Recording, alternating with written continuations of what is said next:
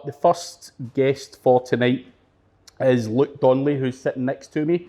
And you'll obviously find out the story of Luke, and it's going to start off with a bit of his journey, how he got into SEO and stuff like that. So I'm going to tell the story because he's not a public speaker, he's shy, he's new to the industry, so he doesn't want to tell the story himself. And yeah, so I've got the bad job of doing it. So Luke, just to give you a bit of a background, from the age of 8, played for Celtic. That's him as a youth team player. What the fuck? Nothing works. I'll just stand up here and do it. So Luke didn't just play for the youth team. He was in the fringes of the first team, training with the first team squad. Done really well. Done a lot more than most of us. You know, everyone dreams to be a footballer. Well, every guy does anyway. Dreams to be a footballer, and obviously for a team like Celtic. Luke came through at the same time as Kieran Tierney, who is also up there, who just recently got a £25 million move to Arsenal. Gets paid, you know, something ridiculous like 75 grand a week. They both came through the same team. And Luke's doing SEO and Kieran Tierney's earning 75 grand a week. So that's quite a funny part of that story. But so Luke did actually play for Celtic first team in pre-season friendlies just a couple of years back. Got his debut against Den Bosch when Ronnie Dyler was manager. Integrated into the first team squad. You'll see him in the third at the back from the left in the first team squad, doing really well. Thought the world was his oyster, doing really well, getting games for the first team. Ronnie Dyler was in the paper saying Luke Donnelly's going to be playing, you know, he's going to have a pivotal role in this team. They were going to loan him out to Morton, and Ronnie Dyler said, no, stay here, you're going to play, you know, for the first team. You're in my plans. So that was all good, get into that season. He was also named in the Europa League squad. So Celtic are allowed to name 25 players, named in Europa League squad with all the other players that are listed on there. He then picked up a few injuries. He's quite a big guy, started to get growing pains and, you know, just niggly, stupid injuries. Kind of fell out the first team picture, got loaned out to Alloa. Morton, he ended up at Queen's Park. And Stranraer, last season was Stranraer, and he's now currently at Arbroath in the Championship. So, and he's back scoring goals. He's playing pretty much every week in the Scottish Championship, and he scored against Partick Thistle a few weeks ago. Now you're probably going to go, what the fucking hell has this story got to do with anything? But Luke obviously built himself, well, also had in his head that he was going to be a professional footballer, playing with Celtic. You know, that's just 2 or 3 years ago, in and about the first team squad, and never gave a second thought to SEO, slagged me off, you know, for SEO stuff, laughing at me, what's this SEO crap, and he used to text me things like white hat SEO, you know, just ridiculous things, and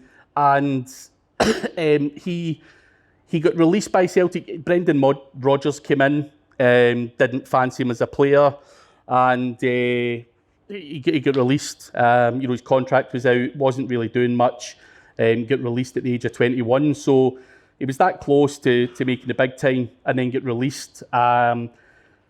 He went and loaned to Morton while he was still at Celtic. Then he went to Queen's Park for a season.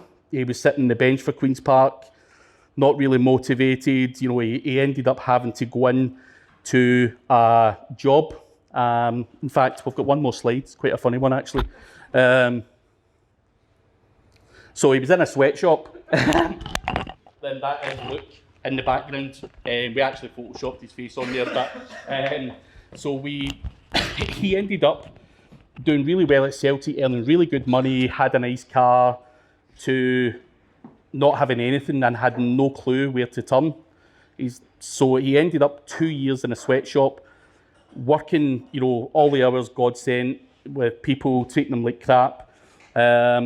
And obviously that impacts your football and whatnot as well. You're playing with Queen's Park, you've been working all day in a sweatshop, you can't be arsed. And you start, things starts to fall apart. Luke is my brother-in-law, and so it wasn't as if he got lucky or whatever. But after that, I seen him, toiling, wasn't really enjoying football, wasn't really enjoying his life. He was at the end of his tether. And he's not a daft guy, he's quite an intelligent guy. So I said, listen, you should maybe try and, he suggested to me actually, what's this SEO shit? Like, can I come in and do some of this stuff? And I was like, well, we can try, we can get you in, we'll see what happens. And he's been in now for probably 6-7 months now. He got his move to Arbroath and he's enjoying life again, and he's starting to score goals in the Championship. He couldn't get a game for Queen's Park. Two seasons ago, he's sitting on the bench for Queen's Park, rotting away. And I think obviously your work life can obviously impact everything else that you do. And he wasn't enjoying work and stuff like that. And, I can get that. But so Luke's been in the door for 7 months and obviously had a different, education. When he was brought up, he was playing with Celtic, different thought process and everything else. And he was then able to turn his hand into SEO. So obviously there's people here who are in agencies who do, certain tasks and stuff like that, and might feel that they could never be an SEO. If he can do it, he's came from a completely non-IT background, nothing to do with SEO. You can obviously be a content writer, for example, and probably turn into an SEO because you understand the basics. Luke's came from nowhere at all to, in the last 6 or 7 months, developing himself. So I'm just going to ask him some questions and stuff, how he's found it, what he's learned, some of the mistakes he's made, where he's going and stuff like that. So just to give, anyone else out here who wants to do SEO as a career, some insight how a complete novice didn't really know what SEO stood for, has found, and what he's learned and where he wants to go with it and all that kind of stuff. So I'm going to just obviously ask him questions because he doesn't want to just stand here and say, yeah, I've learned this and I've learned that, and I've done this and that. So I'm just going to start asking him some questions.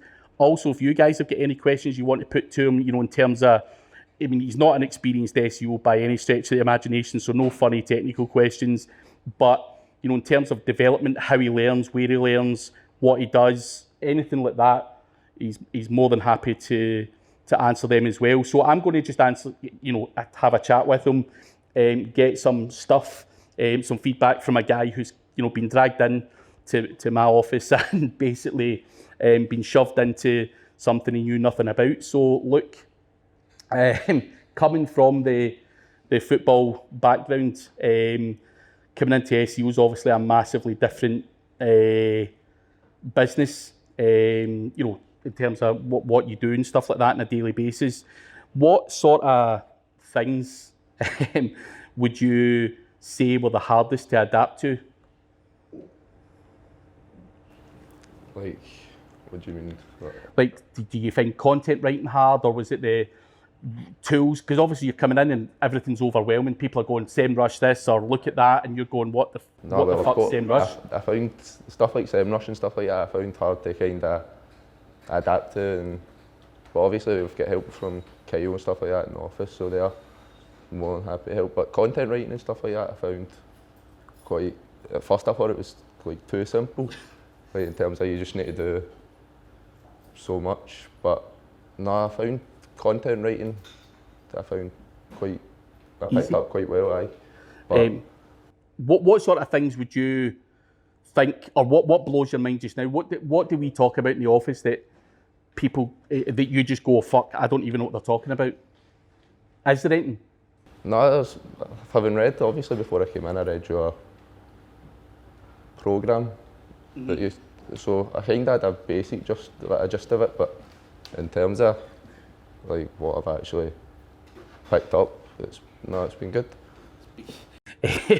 So would you say, obviously working in a smaller environment like us, because you've obviously got Sam in the office, Kyle, Colin, whoever, about to ask questions, do you feel that having a smaller environment is good to learn, or do you think, because there's people in here that probably work for big agencies that don't have the time to train a guy like you and make you understand what all of that stuff is? Do you think that's been a good thing? The spelling brilliant in terms of like you've got Sam or Kyle you can turn to for help, and like there's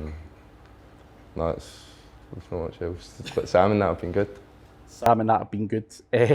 So is there anything, for anyone learning SEO, obviously you've came from, as I say, the football background, is there anything where you would say there's any one person in here can't be an SEO? Because there's guys like Johnny sitting up the back there, who, he's like Del Boy Trotter, he sells cars, he's got a keen interest in SEO, but he might sit there and think, I can never be an SEO, this thing's too complex. Do you think anybody can turn their hand to this? Yeah, if you put the work in, I think you could turn your hand to it in terms of if you go away and put the time in and stuff like that. Like obviously I had to go away and read like your programs and stuff like that, which I felt helped me.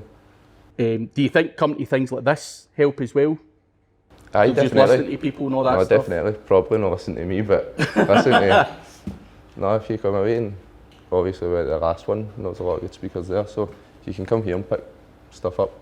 And obviously coming, from a privileged football background and all that kind of stuff, looking back now, would you rather that you stuck in and tried to get a career? Because what a lot of people won't understand now is Luke plays with a Broth and gets a reasonable wage in his championship, and he also gets a reasonable wage doing SEO. It would probably take a Rangers or Celtic again to make him go full time. He would not, obviously the money's not there in Scottish football, and if Hamilton Accies come in for you and offered you £700 a week to play for them, it's just not worth your while. So would you always say to people now, from any background, never mind just football, but there'll be people in here who are sitting in a dead end job and going, I want to run my own agency and I want to run my own clients. It's possible for anyone to be able to do that, right? Obviously with the right training and stuff like that, but is that something you would encourage people to do? Because obviously when you were at Celtic, you didn't give a shit, and you thought you had everything and there was no fallback, and that's how you ended up the sweat house. Of course, no. Obviously when I was working in the office and stuff like that, I wish, back then I wish I'd stuck in, or because I was obviously going to have to go back to maybe college or something, but obviously when I came in and picked this up, it was, so I wish before, when I was still there. Because obviously you've got a lot of footballer mates that get, released or just don't get the crack of the, obviously Kieran Tierney, who got his move to Arsenal, got Easy Geary got injured, he got in, kept his place, and was there forevermore until he got his move, and obviously there's a bit of luck to that. But again, would you go back to footballers and stuff and say, stick in with something else as well? Because obviously you went. You need to have a fallback plan in terms of what you want to do, whether it be like SEO or just anything. Because when I came out, I just went into the first job I could find, and it didn't work out well. Because he was in a proper sweat house, minimum wage, no career opportunities to go forward, and obviously where do you go for there?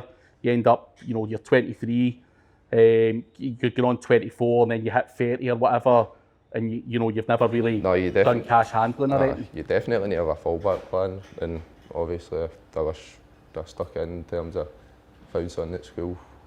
And obviously you've heard me talking about affiliate marketing and all that kind of stuff. Obviously, is that something do you think, obviously over the next few years, you've got to probably stick into the SEO industry and do affiliate marketing, or stick in the office, or do stuff like that? Or is that something you see a long-term career opportunity with? Of course, see the affiliate marketing and stuff like that, obviously I'll need to pick that up as the years come, but for now I like the office and stuff like that, but now you'd want to go and do your own kind of